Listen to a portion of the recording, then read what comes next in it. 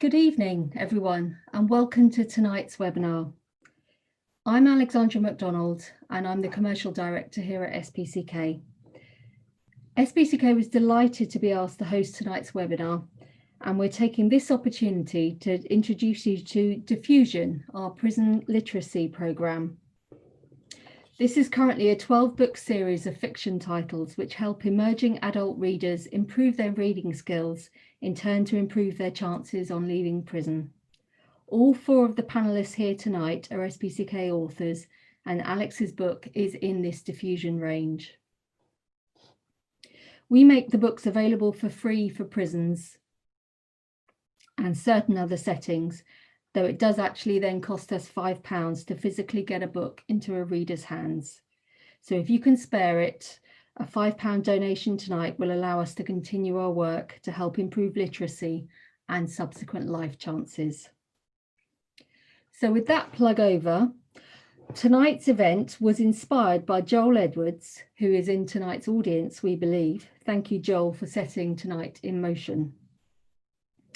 I'm delighted to hand over to and introduce Chinny McDonald, who is no relation, as the host of tonight's discussion. Chinny has far too many hats on already in her young life, and she is currently the head of public engagement at Christian Aid. She is also a writer, broadcaster, and is currently writing her second book, pertinent for tonight's discussion, God is Not a White Man. So Chinny, I'll hand over to you. Thank you so much, Alexandra. And thank you so much to everyone who has joined us this evening. We're delighted to see so many of you here for what is set to be a fascinating conversation. I've watched each of the Small Axe films twice. To me, Steve McQueen's films are masters of storytelling. They give us glimpses into important pieces of the mosaic of Black British history. And sometimes I found that these stories were stories that I had very little knowledge about. But each of the stories made me feel something: pain, injustice, rage, hope, ecstasy, despair. And throughout the films, there was this undercurrent of faith. So we're going to be talking a little bit more about this, about faith, and I'm delighted to be joined by four fine Black men, two of whose stories feature in the Small Axe series.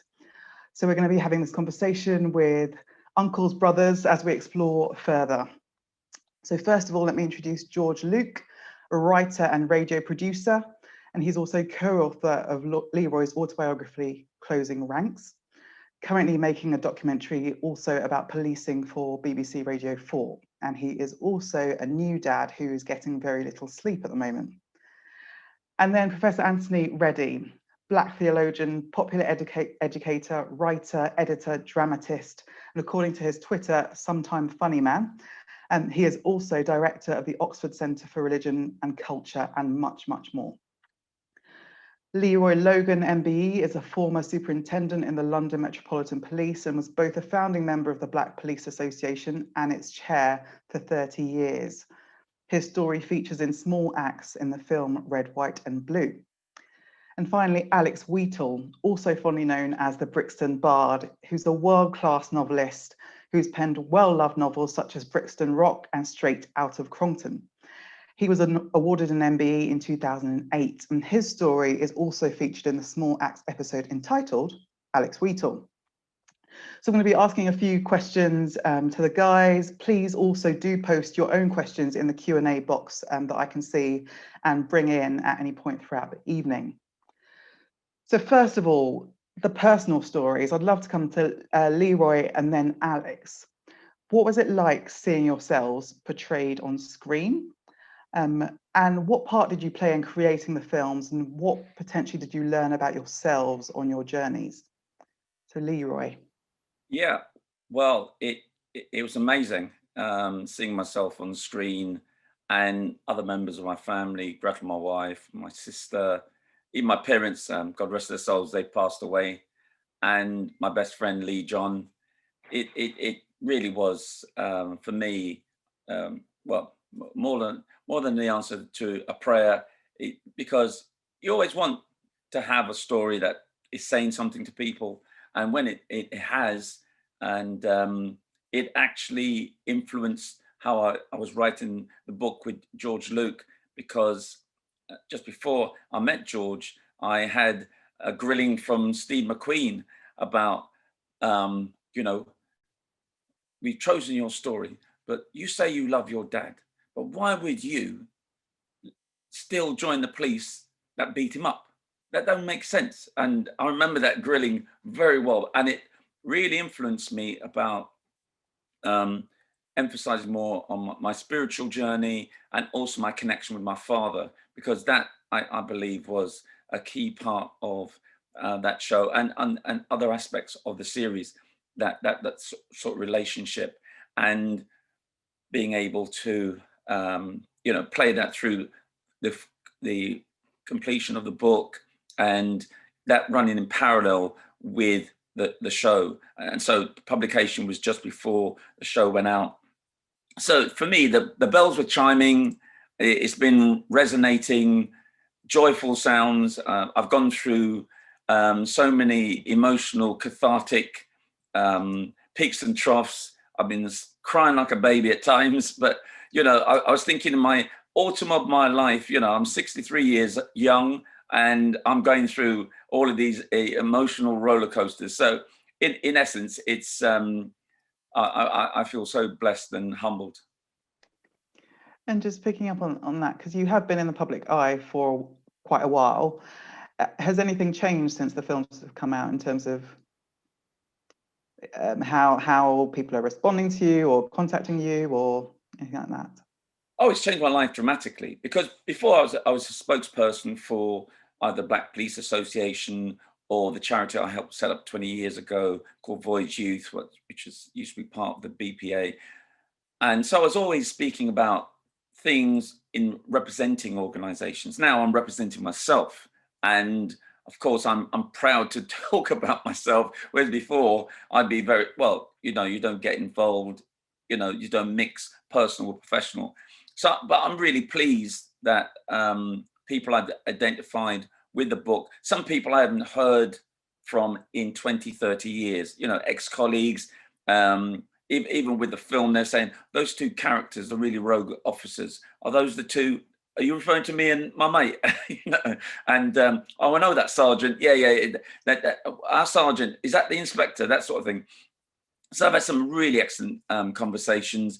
The role model within Hendon, his name is Tom Kelly in real life. He was such a role model for me. He actually got me through Hendon, and you know, he called me for the first time. In fact, he joined Twitter so he could DM me to say, listen, let's have a conversation.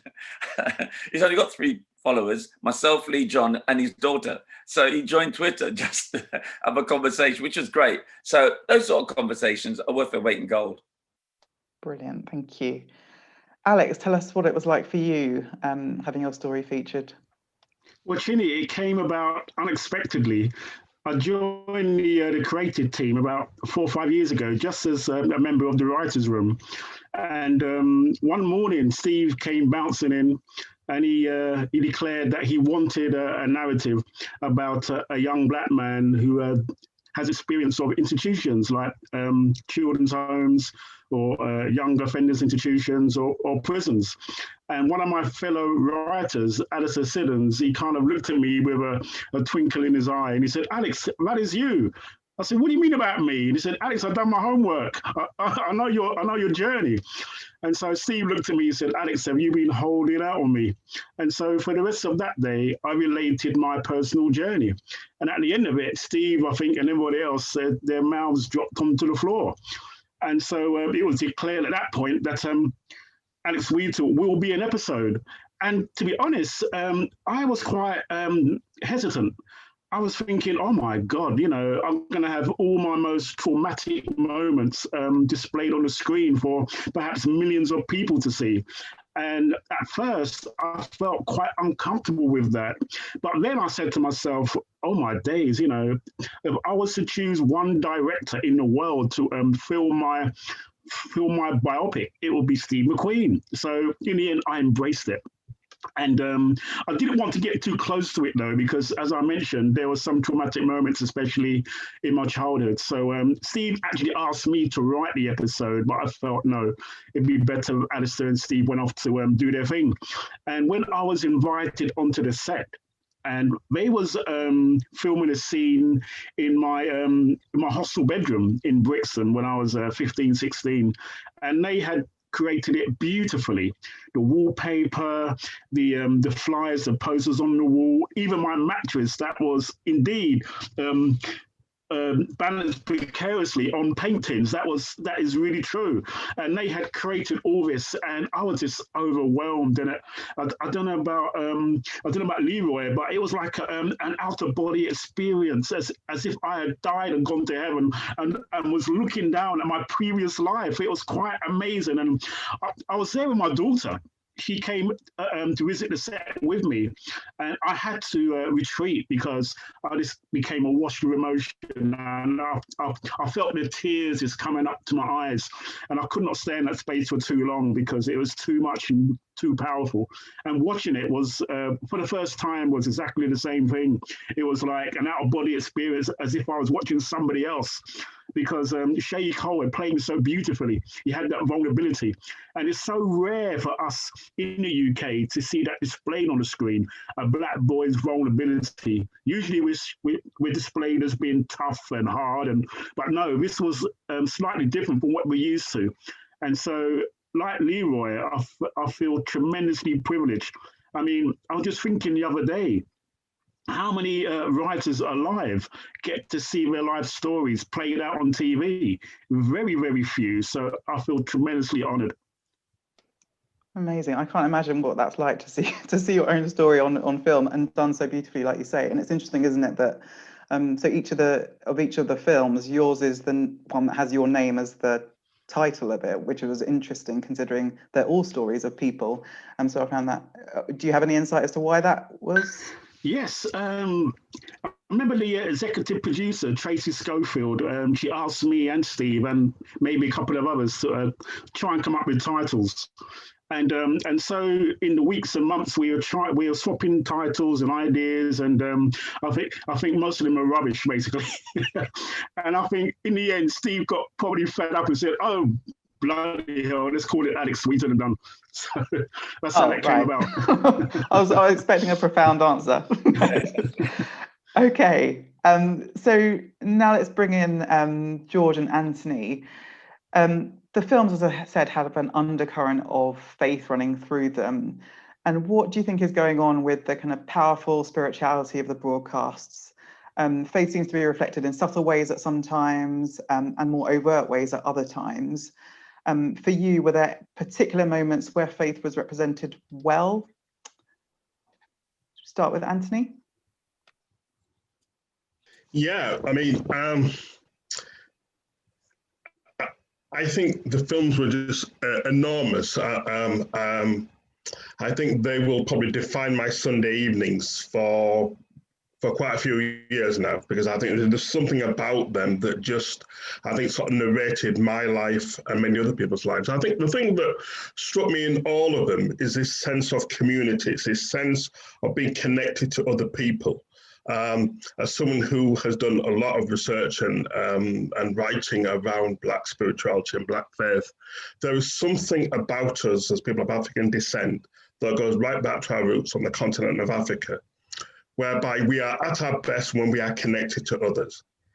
And there is something about the way in which the spirit within us that animates us, that takes us beyond ourselves, actually sort of connects us with others. I mean, so I think one of the scenes that I really remember was, I think, a Leroy story when they're all sort of sat around the table on a Sunday, eating dinner, and praying together, and there was food and there's community, and of course there's tension, you know. I mean, I remember as I watched that film, that your father reminded me a lot of my father.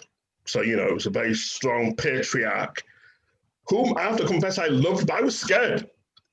I spent a lot of my formative years just being scared of my dad, basically, because he was a big guy who did not brook no foolishness in his house, you know. So you know, and so I watched that, and I thought there was something about belonging. And I think in Alex's story, I think it's when he comes to London and goes into the hostel, and then the two people come in, and there's that moment where they're both picking on him, but also affirming him at the same time. And I thought, again, I have felt that sense of both camaraderie and challenge, but what it gives you is a sense of belonging. It gives you a sense of anchoring, that we are not by natural disposition solitary creatures. And that, I think, became all the more powerful because I'm watching it during lockdown. I'm watching these films as a black man who lives by himself in his own bubble, who has largely spent the last 6-7 months being defined by these four walls in my fairly small flat in South Birmingham. And watching that actually just reminded me of that old aphorism that essentially it takes a village to raise a child. And what we see in all of those different films are different manifestations of the village, whether it's in the Lovers Rock film, whether it's Alex who finds his village in Brixton, whether it's Leroy in terms of the family that anchors him, that gives him that sense of being able to go into another space that is a hostile one, but actually with that, as Jamaicans would say, that sense of backative. All of them, I think, speak to this sense of a collective and a corporate sense of belonging to something bigger than ourselves that gives us meaning. Amazing. Yeah, that's true. Each of them has that sense of village. And the Mangrove Nine, the village is the 9 of them, isn't it? Plus their families, plus their communities. Indeed, yeah, absolutely, yeah. Amazing. George, your reflections. For me, the thing that sticks out the most is the faith element comes up in very subtle little ways. It's a thread that runs throughout. You see, obviously, in scenes like the very prayerful family in education. You've mentioned prayers around the table at Leroy's, on Leroy's program. One minor way or one small detail in which it really stuck out for me is kind of a personal story, really, because I was actually on set on Alex's film out as an extra. I was an extra in one of the Brixton street scenes. We spent a whole day walking up and down the record shop just before someone runs in and says, "Oh, Brixton's on fire." Scene didn't get shown, but I was in wardrobe, got tried on loads of different outfits. They found one that fitted me, and then they sent me up to hair and makeup. I'm sitting in the makeup lady's chair. She's got all her stuff in, and she goes, "Right, we're going to turn you into a pastor." I've been an extra in other things before. Not once has the makeup person specifically said, "You're going to be a pastor." The fact that this person, and most of them, all the makeup ladies, people, they're all black. The fact that they're doing this film set in Brixton, got loads of black people in it, and they immediately thought, one of them must be a pastor, one of these passers-by, just speaks volumes about how ingrained church life and faith is in black life, for someone to think, oh yeah, loads of extras, one of them has to be a pastor, maybe even more than one. It's a small thing, and in the end, it didn't make the final cut. But for me, that just speaks volume of how deeply ingrained faith is all throughout the series. Yeah. Oh, Leroy, go on, Leroy. No, I was going to say that the fact that Red, White and Blue, the actual theme tune, especially throughout the whole sort of trailer, was How Great Thou Art. And it started off with everyone around the table. And I remember when I first heard it, I thought, wow, this could be over the top. This could set some people up saying, I ain't going to watch no religious thing. And I thought, but, you know, no one made us, and not even a hint at why they're playing a film. And that for me would came front and center. I thought, because I'm thinking like it's going to be like this, the music from the Sweeney or something like that. But how great they are! I thought. But Leroy, if I can add, you had to have incredible faith in your calling. Oh, absolutely! Just like I did, you must have had incredible faith in that, because you was attacked from all sides, but you kept to your calling, which impressed me, really did. Well, I mean, to be quite honest, just to touch on that quickly, if I didn't have a faith, I think one, I would have lost my health and well-being for sure. I would have definitely lost my wife, because she had said, if God's not in this wedding and this marriage, it ain't going to happen. And obviously, I would have been decimated in so many ways. But it kept me focused on the vision, what I needed to do. The Lord didn't tell me exactly how I was going to do it, but once I knew he was involved, I mean, I didn't have to be a forensic scientist to know God's DNA was in certain things, put me in positions of power, speaking truth to power, and not being derailed by prejudices or personalities. Even the bit with John sees the N-word on his locker and slamming that. I mean, I wouldn't personally get upset, because they know, we know how to get him now. So this is how we keep going. It was great for a drama, but in all honesty, it was quiet faith, strength of character, knowing that if I'm going into any situation, I've got the army of saints, the royal priesthood with me, so I'm outnumbering them anyway. Whatever they want to try and do, I've already outmaneuvered them, and thank God that was always the case. Yeah, with me, it was like faith working in reverse, because for the first time in my life, I met somebody who had faith in me. And I've never experienced that before throughout my journey in a children's home, where basically my carers just neglected me and never showed anything for me, anything encouraging to say, supportive. And so to meet that one person who actually saw something good in me and showed faith in me that indeed I could change my life around. And he had faith in that, where perhaps I didn't, but he did. And that's all I needed. And you're talking about your cellmate? Yes, I'm talking about my soulmate, Simeon. He was the only person up to that point in my life who actually showed me a faith that I could contribute to society in a massive way. And he provided me with that. And I guess everybody needs that. I mean, going back to the Bible, even Jesus needed that when he was baptized by John the Baptist. So everyone needs somebody to show faith in them to do good. And that's why in my early life as a writer, I would go back to prisons and try to create that impact on others who maybe see that there's no way out or no way they could change their lives. And that was very important.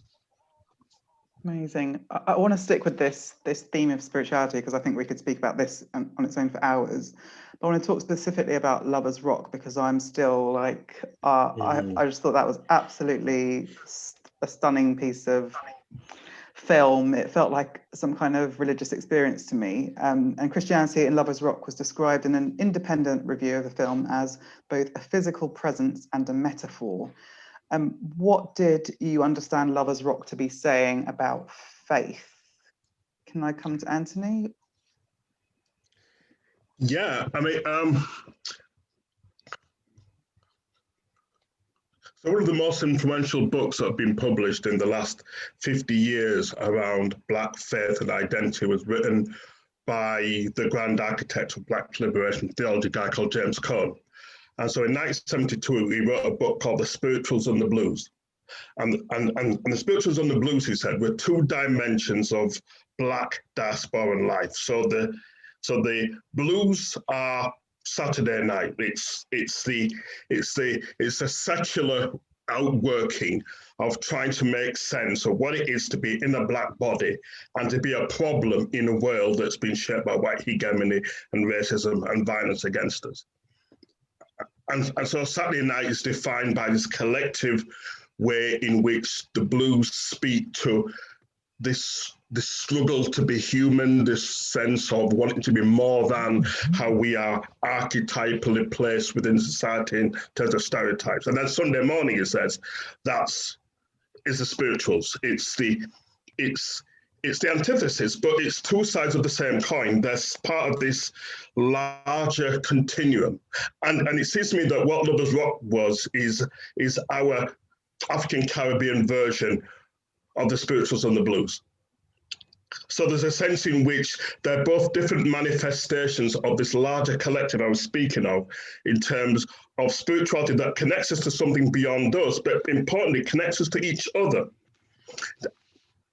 And so what I loved about it, at one level, it was a world I never saw, because I grew up in a very strict Christian home. And when I saw the early part where the lead female character sneaks out of the house, now here's the thing.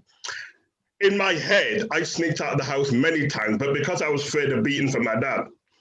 And plus, practically, like we lived on a terrace house in Klaus' house, and I lived on the first floor. And quite frankly, climbing out would have meant having to climb down and risk sort of broke your neck, basically, to fall. And so basically being a coward, I would hear people talk about blues dances, but I never went to one, seriously, until my early 20s, and I left home and I was at university. I never went there. So I was a Sunday morning church boy.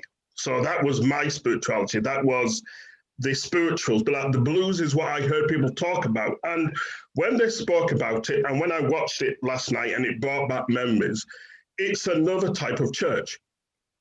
It is another, it has its own liturgy, it has its, like the DJ and the person who runs the desk is very much the priestly figure. And this is not just me saying this, so the book by William Les Henry and various other people that looks at DJ culture. There is this clear parallel in terms of liturgy, in terms of music, the way in which I think like the Janet Kay song operates is very much a secular version of so many of the hymns we sing, and the way in which people collectively sing it is very much resonant of being in church. And so I think what's interesting is the way in which I think part of what comes out of a holiness tradition from Black Christianity, and particularly in its more conservative elements, we see the two things as being diametrically opposed. So you were either a Saturday night blues person or you're a Sunday morning. You can't do both. What I loved is the way in which that lead female character goes back, she gets into her bedroom, sits down, and then immediately within a few minutes, like her mother says, okay, get up, it's church now. And I knew so many people who would literally do both. I still remember sitting in church in my early 20s, and a friend of mine, I won't call his name because I don't want to embarrass him, who literally came straight from blues, came straight from dance, and came straight into the church and sat into the church. And I remember him going up like to take communion, and one of the elder women who knew where he'd been and said, hey boy, mine in the true queue. I went for that to take the communion, because for her, you either were a Saturday night person or a Sunday morning, but you can't do both. I think that's a misreading of our tradition, and that's where I think the internalization of colonialism comes in, that has taught us a particular version of Christianity that demonizes a Saturday night. I mean, I'm not saying everything on the Saturday night is great, but then again, not everything, if we're truthful, is not everything on the Sunday morning in church was great either. It's part of a continuum. And I think it's that kind of dialectic, it's that tension that I think still exists actually within Black Caribbean life. Absolutely, and there's this moment, isn't there, where the friend of the lead female character says that, you know, you can't wear your church shoes to a blues dance. That's perfect line. Alex, did you want to come in? Yes, there's been a debate about the Lovers Rock episode in our community, with people saying, oh, these things never happen, or some aspects of what we see on screen never happened.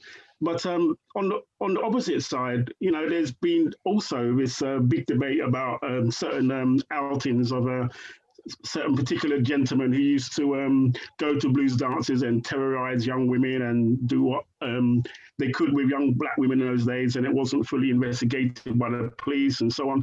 I mean, I've been to many blues dances and I've seen many things. So one episode, you know, portraying a blues dance is never the whole narrative. It's never one single narrative. But I think it does run like a church service when you think the preparation of the food, the assembling male and female and so on, and everyone's well, most people are wearing their best clothes, and then the music, and then there's like at the end with the dancing. It reminds me of those Pentecostal scenes that we see in so many movies over the years, of people getting in the spirit and so on, and this feeling free. You know, they kind of lift the shackles off their necks and feet and so on, and just dance and let the spirit take them. And I've actually seen that in big sound clashes like Joshaka or Coxon. You know, Russ is getting in that moment and just letting it all come out of their system, if you like, just feeling free and just dancing and skanking all over the place. And so, yes, it really resonated with me, and it caught up. It made me reminisce about my experiences in that culture when I was 17, 18, 19, 20, being a reggae head and so on. And so, yeah, it really evoked a lot of memories for me. Thank you. Leroy, did you sneak out or did you stay in for church? So, similar to Anthony, the presence of my father, and I know that guy has got eyes in the back of his head, and even when he's sleeping, his antenna is up.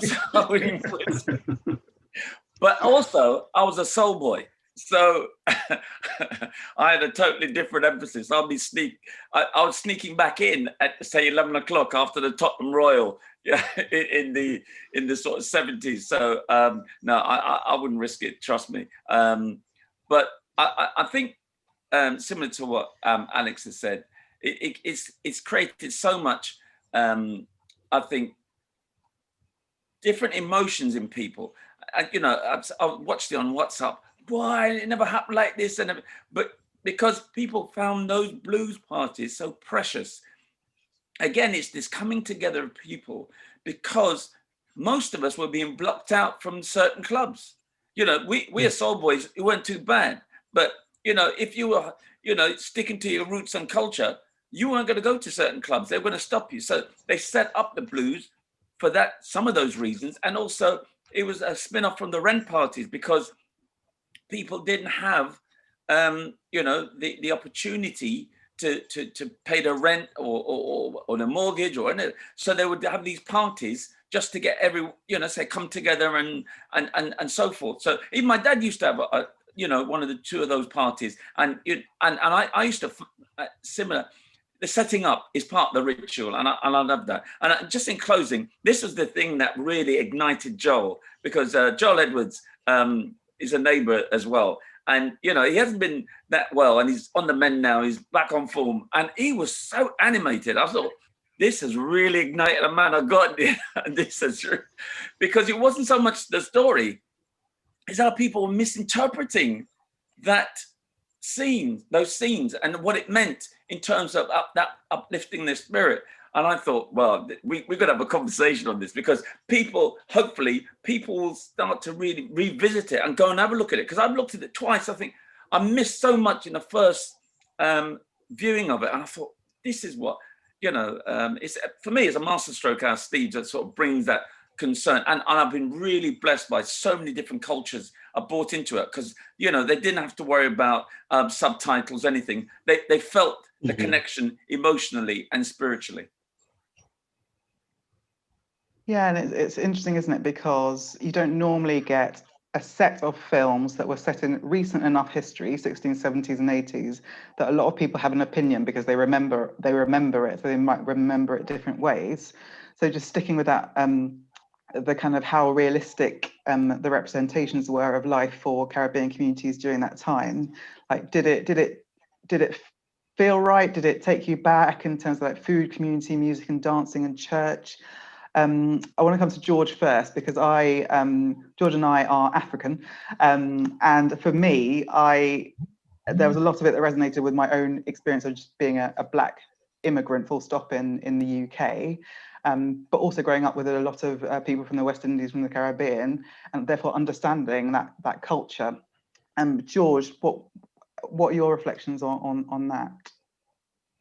Well, it was an education for me because, as you've just said, we're both African background, and I actually didn't grow up in England during that time because my parents had moved back to Sierra Leone by then. So I've kind of learnt all this stuff vicariously, and it was great to experience it. And yes, I was a bit dismayed when I went onto Facebook the day after, expecting everyone to be raving about this thing, and instead 75% of the comments that I saw were about how terrible it was. And I'm like, did we watch the same thing? I loved it. As has been said before, the setting up, the cooking, the communal singing in the kitchen, everything, there's so much of a sense of fellowship and community there that I really would have loved to have been part of and in, although, yes, as a good church boy, I would have been, like Anthony, too scared to climb out the window because, yes, I would have been killed if mum and dad had caught me going out. But to be able to witness it all was beautiful. And one other thing hasn't been mentioned yet, a recurring feature, and again, this all ties into the deep-seatedness of spirituality within the whole thing, the guy with the cross. We see him when the young woman is on her way to the party, and we see him again when she's on her way home, and she doesn't see him, but we do. And it's kind of like, yes, you're sneaking out, but God is watching. Jesus can see what you're doing. He was real. He was real. He used to walk around in West London at odd hours of the morning and night with that fold-up cross. He's a very real character in West London at that point.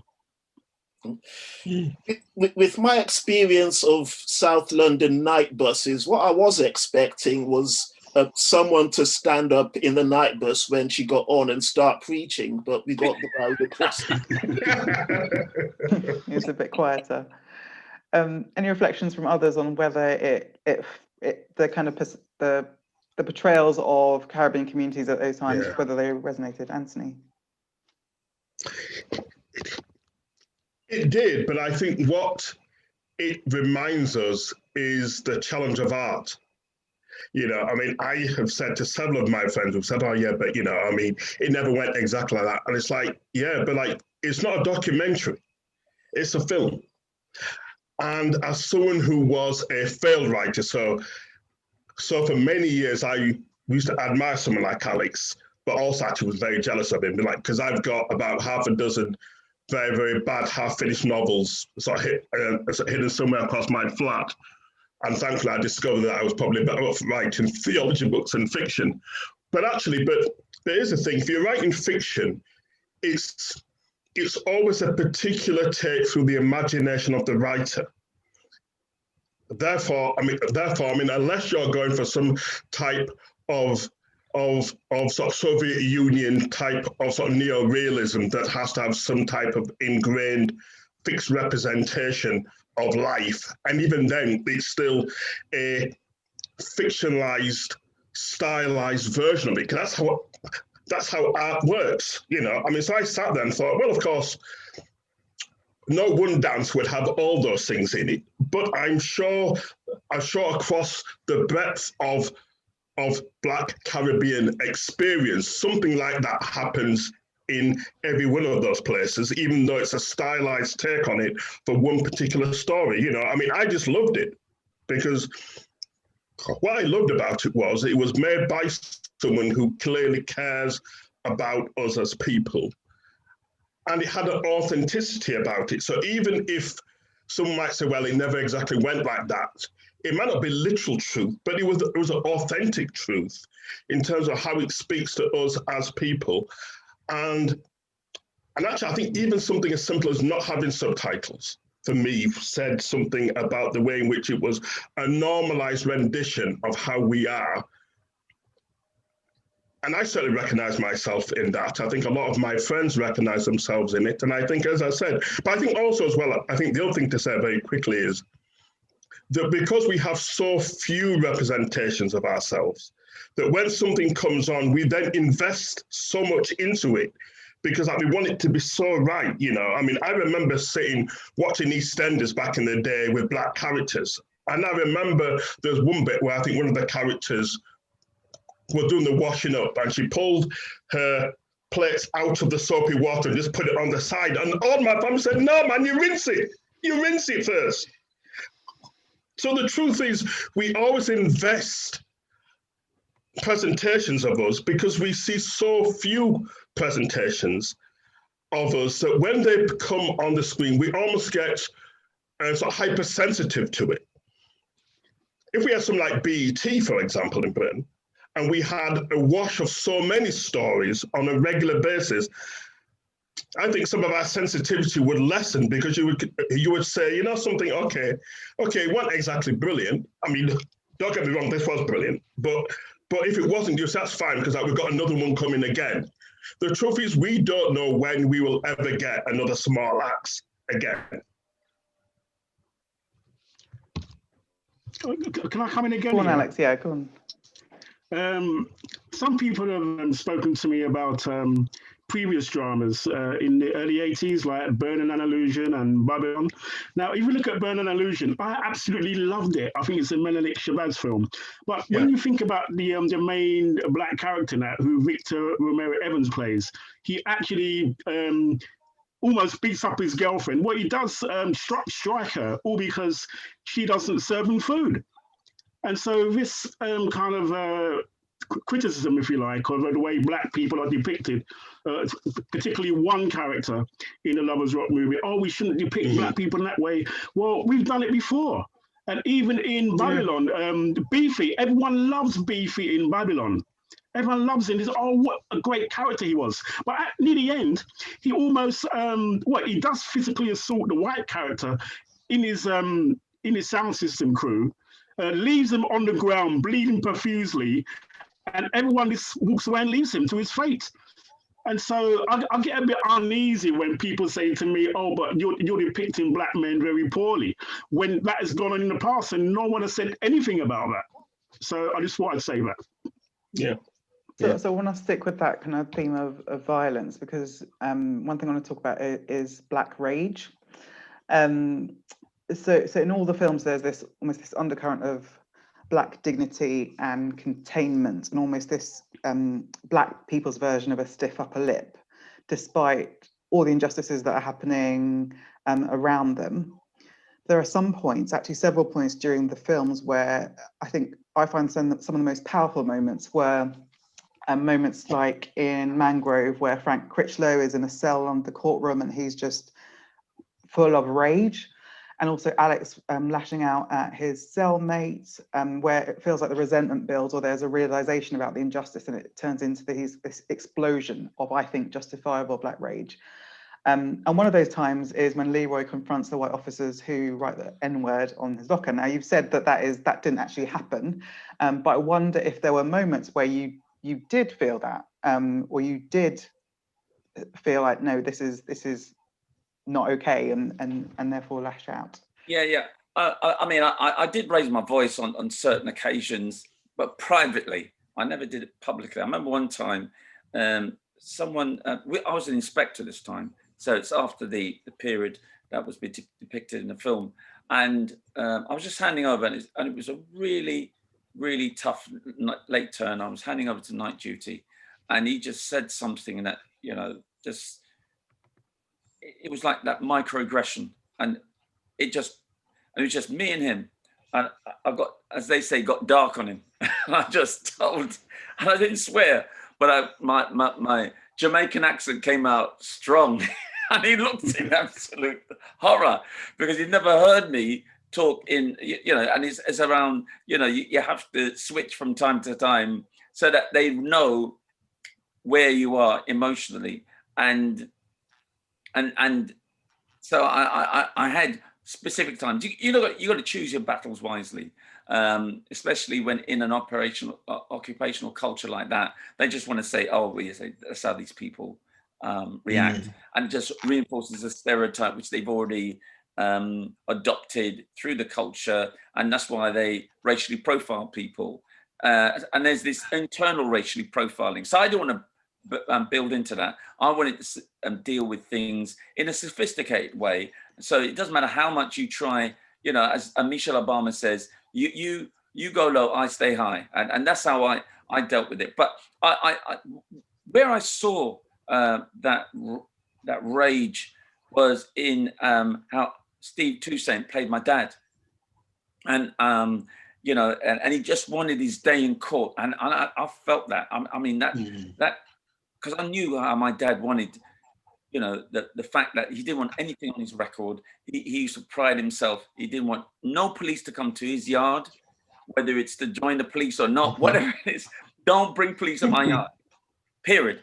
And then, you know, and then when they beat him up in the way that they did, and for him to not have his day in court by the Met capitulating and settling the case financially, even though they cleared his name, but that was not the point. He wanted to give out that rage, and I think there was this silent rage as well. I saw after the case, and my dad went into the toilet and he was just looking in the mirror, and then later in the film you see John sitting down when one of his colleagues, the Asian officer Asif, has left, and he's looking out, and then you see reimpose the image of Steve doing the same thing, and that sort of emotional rage, even though it was not violent, but it's I think it was Steve. I was speaking to Steve actually today,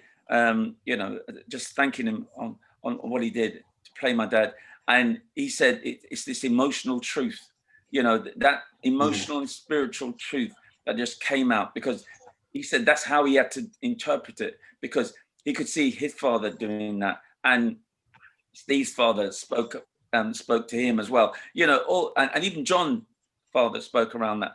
It was really amazing how that emotional truth gave, but it was that silent rage, and how they had to cope with it, and you know, and that dignity that was so important. Anthony, I wonder if you've got any thoughts on the rage? Yeah. I mean, I think rage is a natural part of the Black condition. You know, there's that famous song by Louis Armstrong, "What did I do to be made so black and blue?" And I think there's so much of what we have developed in terms of different responses to try and deal with rage. So I think, you know, I mean, so I think one of the things I took from The Lover's Rock was, I think, part of its power was that cathartic place. It's a safe space in which you can just exhale, in the same way that church does that, Christianity and faith does that. And actually how we deal with rage is, I think, perhaps actually one of the quintessential things that is a part and parcel of Black life. So one of the things we know that, like, the disproportionate number of people of African descent in Britain with mental health challenges, significant numbers of people who have schizophrenia, I think in some, I mean, although it's probably caused by myriad things, part of it is about how do you challenge rage when in so many myriad ways, plethora of ways, there are forms of microaggression that tell you that you're a problem. You know, I mean, so even something as simple as walking into a shop and then having someone actually walk around the shop with you, which is what happened to me even a couple of days ago. And it's like, I mean, really, in the midst of a pandemic, you've got nothing better to do, seriously, than walk around with, you know, I mean, now, if you take that to heart, as my mum used to say, it will mad you, you know? And so that sense of how you wrestle with rage is, I think, actually one of the subtexts, really, of the film, you know? I mean, I think Mangrove for me was a difficult watch, but I think actually, I think the most difficult watch actually really was the last one, because I was labelled educationally subnormal at a particular point in my life. And were it not for my mother, who marched to school and just said, well, show me the evidence on which you are telling me that my boy is this. And the teachers backed down, and I was moved out of a particular class. And this wasn't a separate school. It was a particular band they put you in which they made no attempt to teach. And luckily for me, I was only there for a matter of weeks. Yet I think sitting in that classroom when I knew I did not belong there, is something that I have probably long suppressed. You know, I mean, I was sharing this with a friend of mine on Twitter, I think, on WhatsApp. That actually watching that was probably not unlike what Alex and Leroy have faced in terms of seeing themselves portrayed. That suddenly I felt like I was 11 again, and I'm 56.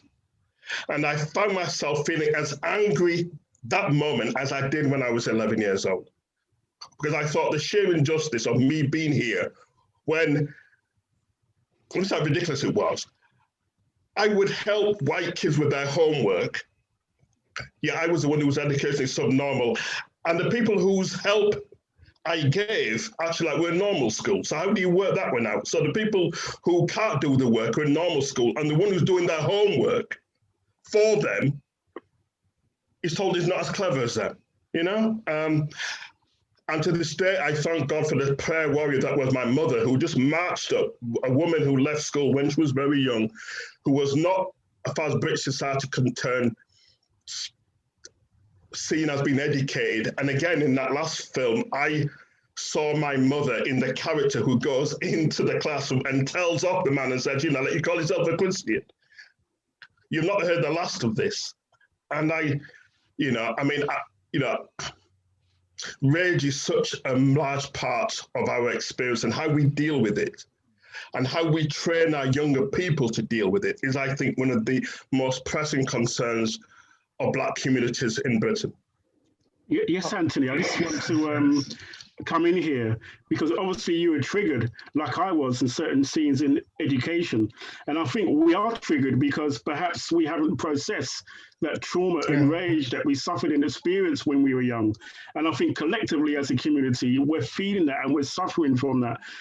When I was a youth worker, when I dealt with young guys who, for no reason that they could explain, you know, wanted to maybe stab somebody from down the road or whatever, when you speak to them and sit down with them, they're suffering from trauma and they're not even aware of that. I'm sure Leroy can speak of this because I've seen it in my community and other communities where sometimes they react and behave in ways that are foreign to them. But because they have this inherent rage and anger and bitterness and trauma, they behave sometimes out of character. Yeah, well, actually, I remember when I was being stopped and searched in school uniform as the opening of Red, White and Blue. And that happened to me a couple of times. And my dad caught them the second time and it didn't happen again. But that trauma that caused, but I remember it. And so when it came to doing stop and search myself, I had to empathize, you know, because I know how dehumanizing it is. And that sense of guilt when you haven't done anything.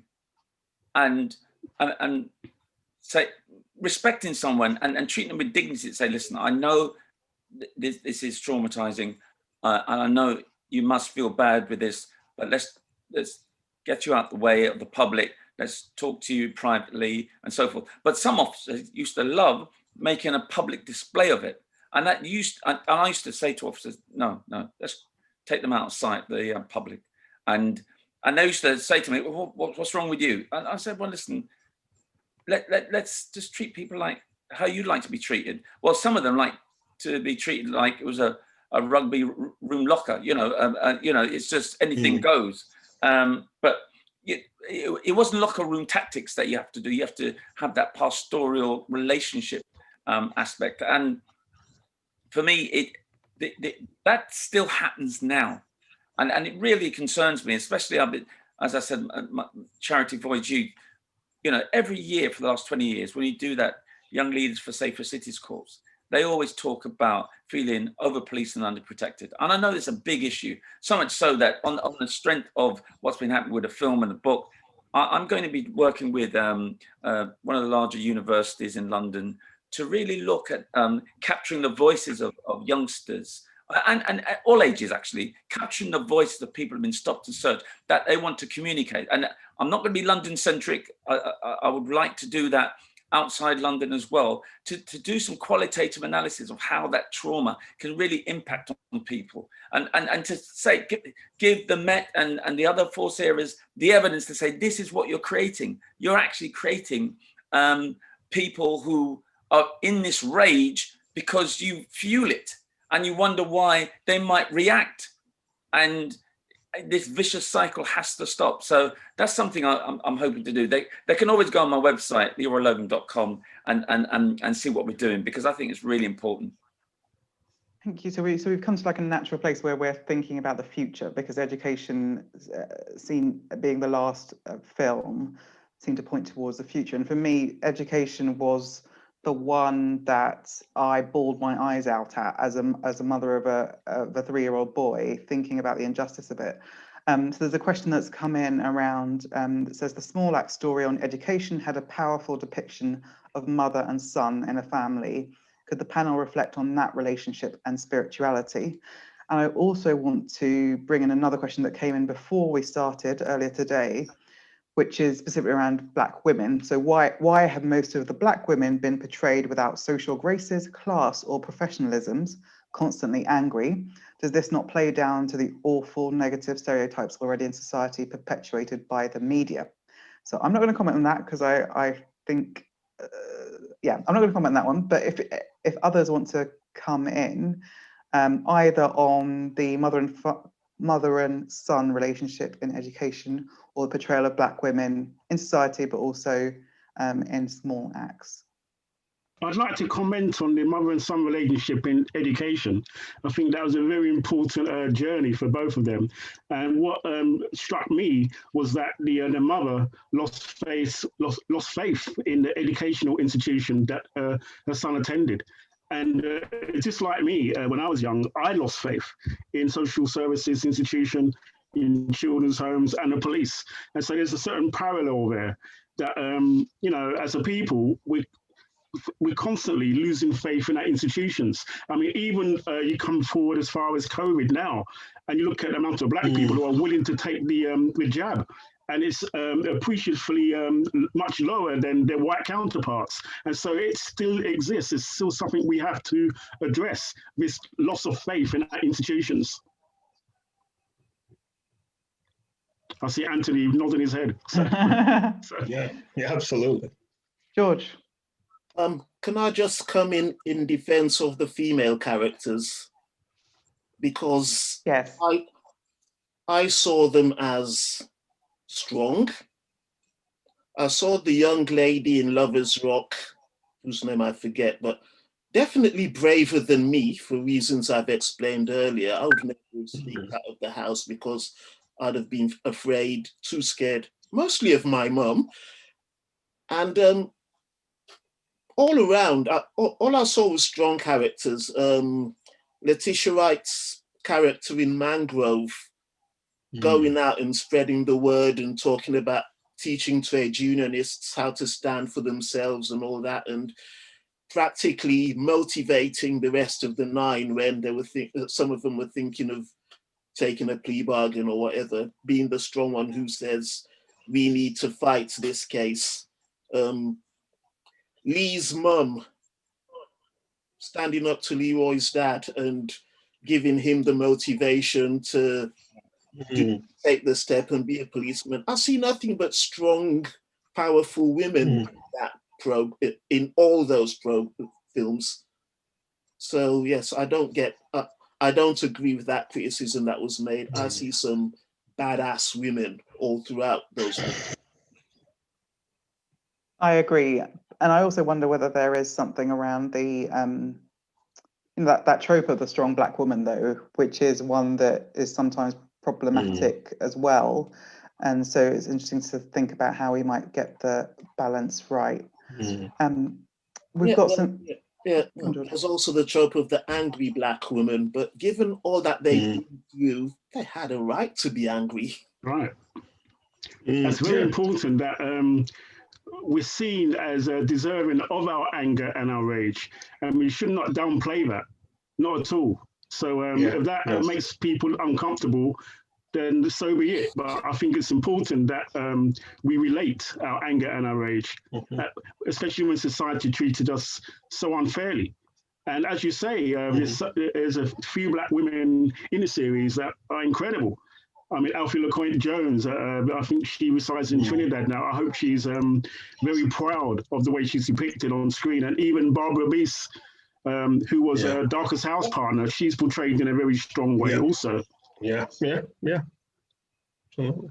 We've got lots of comments in the chat, people reflecting on their own experiences. Someone says, I can see why it might be seen that the women are supplementary characters. Someone's sharing that their son has been stopped and searched since he was 13, that collective trauma continues. Education is still keeping our children down. So a lot of the things that run through the films are things that are still happening today, of course.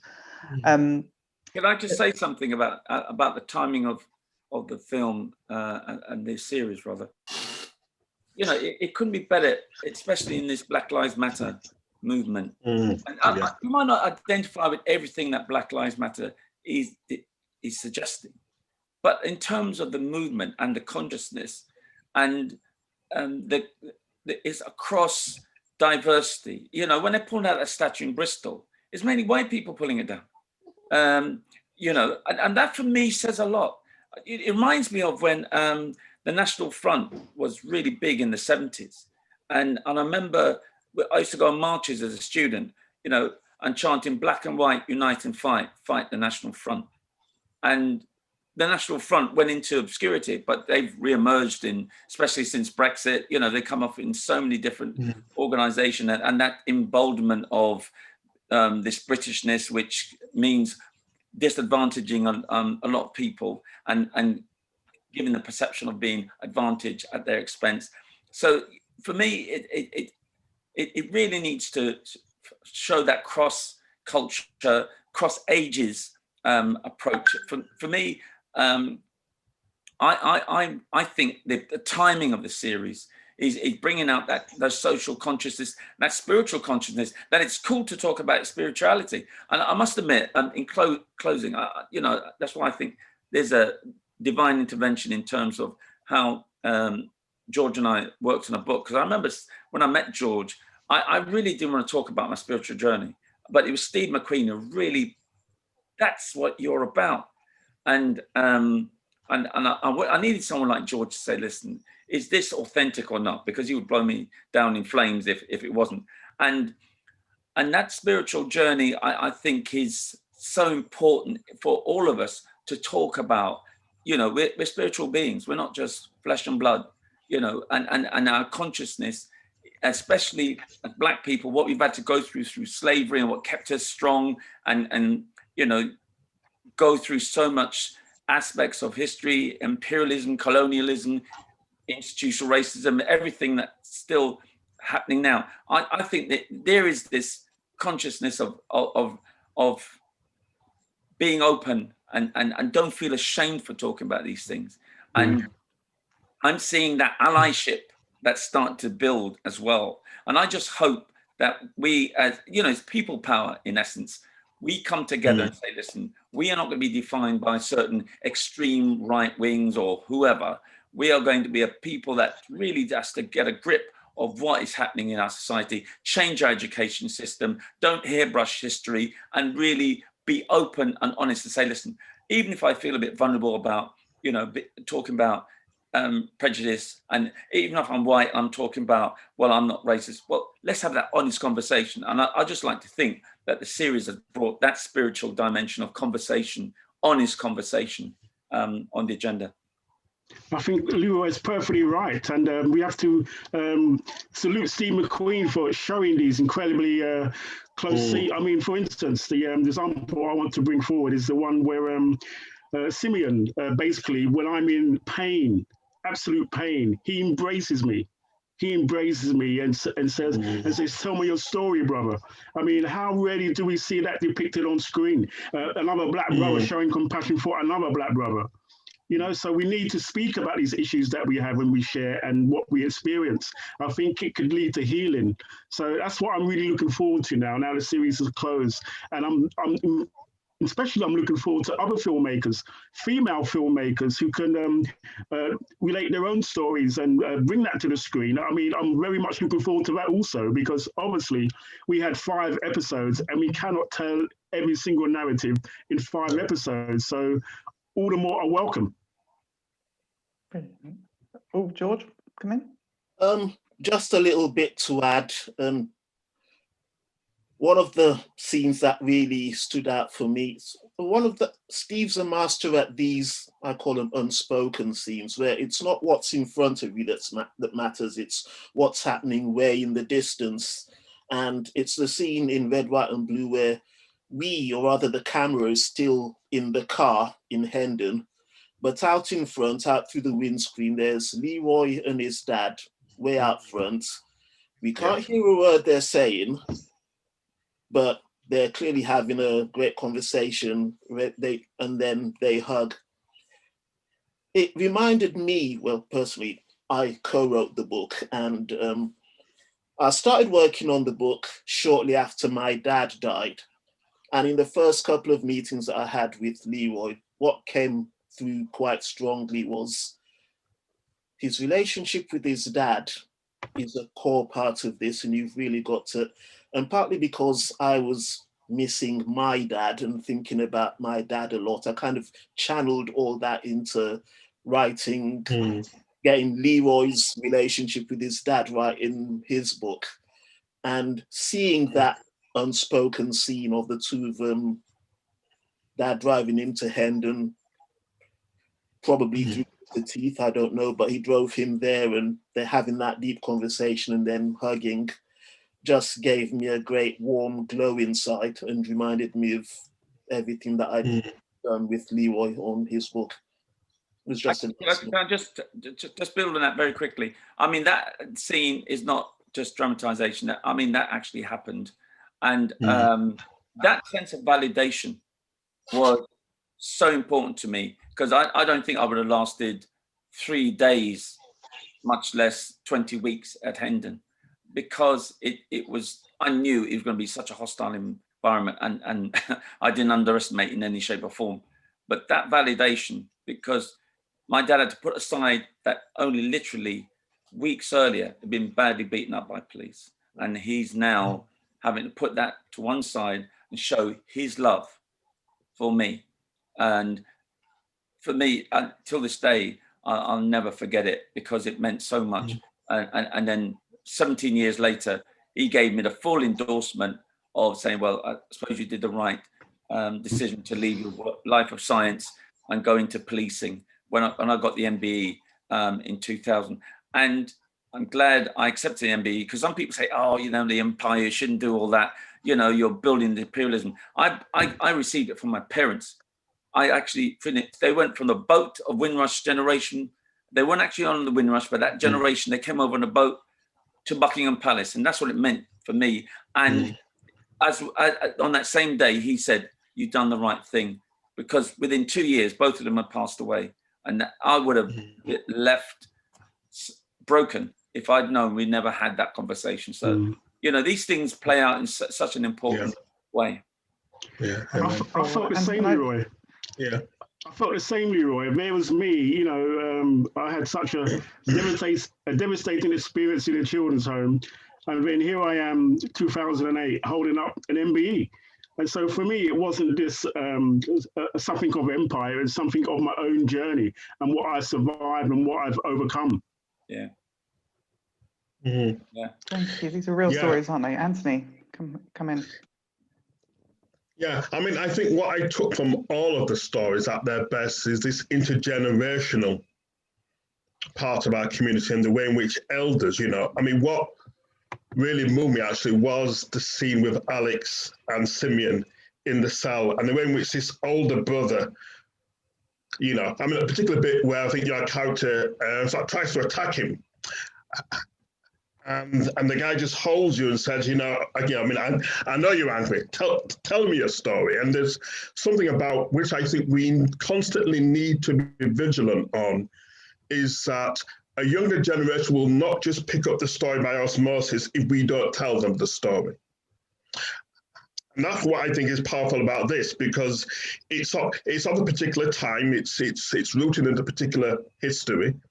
If I think of the young people I meet now, some don't know much about the Windrush. Some don't know much about African history. If we are not determined in telling those stories, both the good ones and successes and the struggles and the failures, then we only have ourselves to blame in that regard, because what we know is that stories inspire, examples inspire, key figures, archetypal figures inspire, and we have to be, I think, intentional. I think whether it's through storytelling, so the kind of stories that Alex writes that tells of life, so the stories that George and Leroy have put together, those will inspire people. Those will inspire people, and we should never be tired of telling our youngsters where we've come from. Because actually, once you know this long arc of struggle that we've come from, actually, no one is more resourceful, is more empowered than Black people to survive, given this nature of the journey that we've come on. And I think that's what I try to do in terms of my own work. I think all of us do it in our different ways.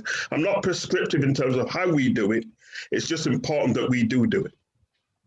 Thank you so much. We are coming near to the end. There are lots of questions that come in through the Q&A, but we're not going to get time to ask all of them, I'm afraid. But one of the questions that leads on from the conversation that we've just been having is from John, that says that realizing there can be no sequel to a person's life, whose life would you love to see depicted in film next that would be helpful in highlighting yet another issue facing Black men or women? Any thoughts on who you would like to see the story of, apart from Anthony Reddie and George Luke and me? Can I go for two? Sure. The first one is Olive Morris, who is one of our Brixton heroines. And like Leroy's father, she was beaten up by the police at 17 years of age when she tried to intervene when a Nigerian gentleman was being assaulted by the police. And she became an activist, and she died way too young. And there's a building named after her on Brixton Hill. And when people ask me, Alex, when did the Brixton riots start? I say it started with what happened to Olive Morris in the late 1960s. And so she definitely should be depicted and portrayed on film, absolutely. And my other one is the great Dennis Morell, who we actually saw in a cameo in the Lovers Rock episode. For me, he's a godfather of Lovers Rock, and it's way time that there was a program, at least a documentary, made about his contribution to Black music in the UK. Brilliant. Yeah. I've got one. I was actually on a Zoom with her yesterday, and that's Bishop Rose Hudson Wilkin, the first Black female bishop. And I've been fortunate to meet Rose over 15 years ago when she was the local vicar in a Haggerston church, and quite a hostile environment, because even for police officers, but she has got so much grace. And I would just love to see her story in movies, because again, being told you couldn't be even a pastor, and then she speaks about when the synod decides that women were allowed to follow that calling, and how she danced in Dean's Yard with other women to say, yes, this is for us. And how I was so touched when she decided she was going to go for the chaplain to the Speaker of the House of Commons, and she asked me to write a reference, and I thought, gosh, little old me to write a reference for such a. I put that on my CV. I wrote a reference to Bishop Rose Hudson Wilkin because it meant so much, and she's still the same humble, gracious person. She's really spiritual in a way that is, but it's not complicated. It's simple. And her Jamaican heritage that gave her that sense of identity. And I can relate to that because I was born in London, but I went to Jamaica when I was in my primary school age, and that sense of identity. If I didn't have that sense of identity, I would never have joined the police, because I saw black doctors, cops, etc. So that strong sense of identity, and that's what I see in Rose. Thank you. So, Anthony, Anthony or George, do you have any to add? Yeah, so in the chat box, someone's put down Claudia Jones, and I would agree. I think a brilliant woman writer, I think one of the architects of the carnival in Notting Hill. I think her story should be told. Thank you. Okay, so we have come to the end. I wonder if, as we end, you might reflect on what it is that you hope that we as the British public can take from what we have seen in Small Acts, in any of the episodes, in all of the episodes, and how can we move forward, and what would your hope be for the next generation? Let me go George, Alex, Leroy, Anthony. Before I start, can I give my person that I want to see a film made out of? Yeah, sure. I very hurriedly scribbled 2 names down. Bernie Grant, who MP, former MP, well, sadly no longer with us, and Don Letts, just because he's a walking music encyclopedia. I've met him a couple of times, and I think he's just an absolutely awesome character, and I'd like to see his story.